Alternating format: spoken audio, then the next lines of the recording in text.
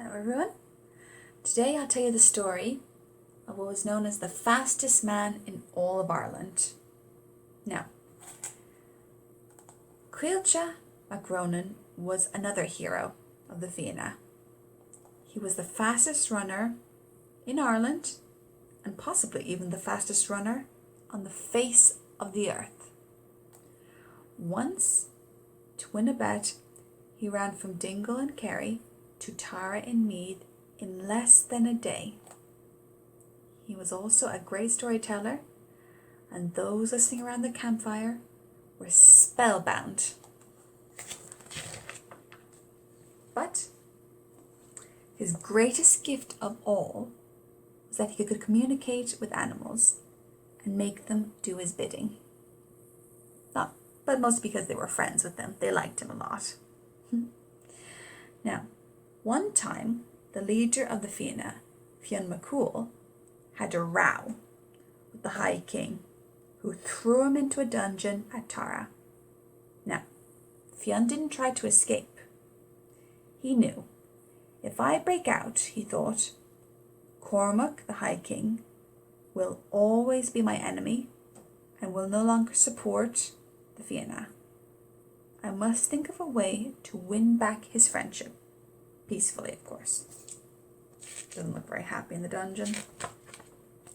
Now, while Fionn was thinking, Cumhaill came to Tara looking to free his leader.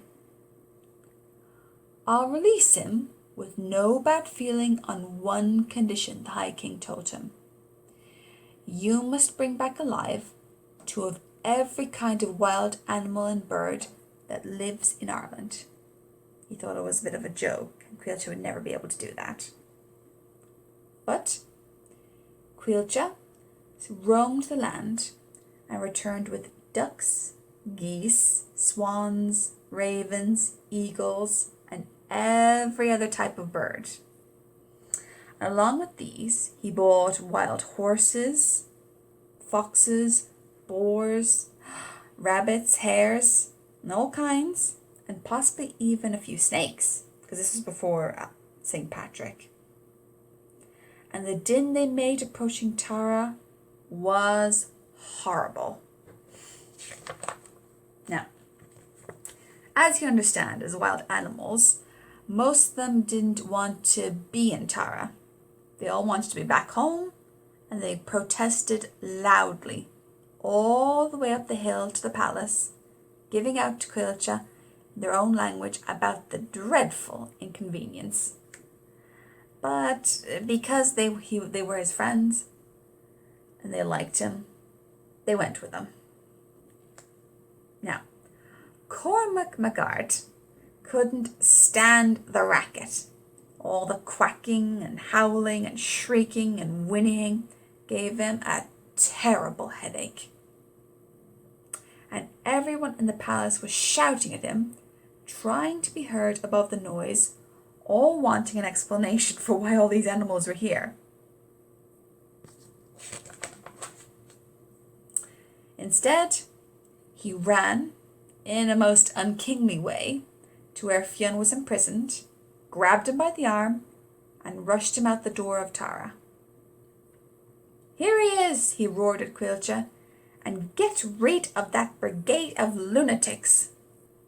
Now, just because animals can't understand people doesn't mean they don't know if someone's talking mean about them. And the animals, sensing an insult, took umbrage at that and created even more of a row. Fionn told the High King he'll send them away if I have a promise from you that nothing changes between us. And by now, poor Cormac was a wreck and would have promised anything. Yes, yes, he said, just make them go away. And so, Cumhaill just spoke a few words, and the animals flew, galloped, loped, slithered, rushed, and trundled off to their various homes, and things went back to normal between the High King and Fionn. The end. Hope you enjoyed that. If you're looking for Irish myths, just look under 398.2 in non-fiction and you'll be able to find all the stories you want.